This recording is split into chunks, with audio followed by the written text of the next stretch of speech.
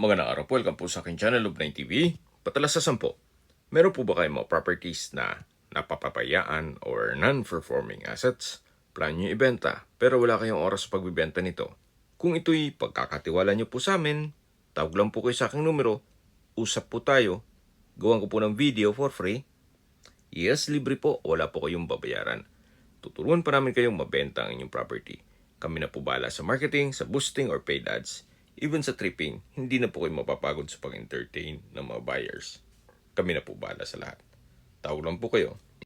Nandito po tayo ngayon sa Alfonso, Cavite kung saan meron po tayong bagong video presentation, isang residential farm property. Ito po ay along Cemented Barangay Road at may lot area na 1,000 square meters. May access na rin po dito ng tubig, kuryente at internet provider. Napakatahimik po ng lugar, sariwang hangin, at malamig po ang klima. Malayo na rin po ito sa 14 kilometers danger zone ng Taal Volcano. Napaganda po ito para sa inyong retirement house o rest house. Malayo po sa syudad. Ito pong unang parsela ng lupa ay naka-reserve na. So ang available po ay mula dito sa may maliit na stick na may color blue hanggang dun sa perimeter fence. Medyo pahaba po ang sukat ng lupa. Mula dito hanggang dun sa may perimeter fence. Yan po ay may sukat na 1,000 square meters. Patag na patag po ang lupa, kaya usable po lahat. Wala pong masasayang. Meron pong mga fruit-bearing trees sa loob nito gaya ng mangga, suha, rambutan, duhat, dragon fruit, at marami pa pong iba. Ito po'y nasa mataas na lugar. Ang estimated elevation above sea level ay 1,347.4 feet. Marami po kayong pwedeng i-project dito. Pwede po itong gawing private farm resort o staycation business. Pero kung ayaw magnegosyo, gaya na sabi ko sa inyo kanina, pwede na po ito para sa inyong retirement. Gawin yung retirement home o kaya'y rest house o bahay bakasyunan.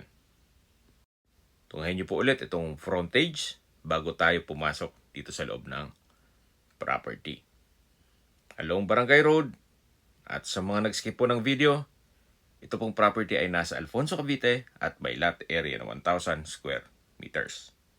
Tungkol naman sa dokumento nito, ito po ay mother title at gagayatin pa po itong 1,000 square meters. Pero kung gusto nyo naman, sa likod po nito, meron pang 3,000 square meters na available. Kung sakaling nalilitan kayo dito sa 1,000 square meters. Actually, na-vlog ko na rin po yung 3,000. Pwede nyo mga abangan sa aking YouTube channel. Habang naglilibot po tayo, pag-usapan na natin ang distance, location, at travel time. Mula po sa Provincial Road, ang distance is 1.5 kilometers at ang travel time is 4 minutes. Kung saan meron na rin pong mga regular trips ng bus mula Alfonso going to Manila o PTEX. Vice versa po yan. Kaya accessible po ito ng public transportation. At mula naman po sa bayan mismo ng Alfonso, ang distance is 4.5 kilometers at ang travel time is 6 minutes. Kompleto na rin po doon gaya ng public market, groceries, convenience store, remittance center, schools, church, banks, at hospital. Yan po yung lagi kong binabanggit sa aking video na dapat yung i-consider sa paghanap ng property, yung meron pong malapit na hospital. Hindi ko naman po sinasabing sakitin kayo, yan naman po for emergency purpose lang naman. At mula naman po sa Calac Silang Interchange, ang distance is 26.9 kilometers at ang travel time is 43 minutes.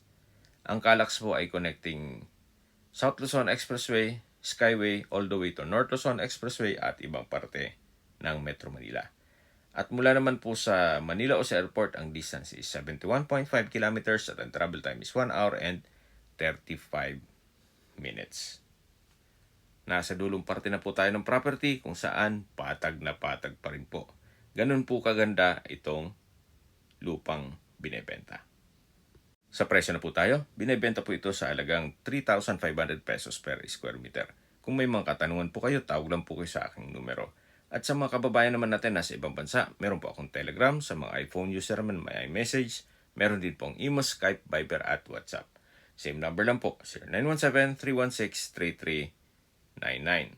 Sa mga nagtatanong naman po ng aming Facebook, meron po aming Facebook page na Nov9 TV at Facebook Reels Video.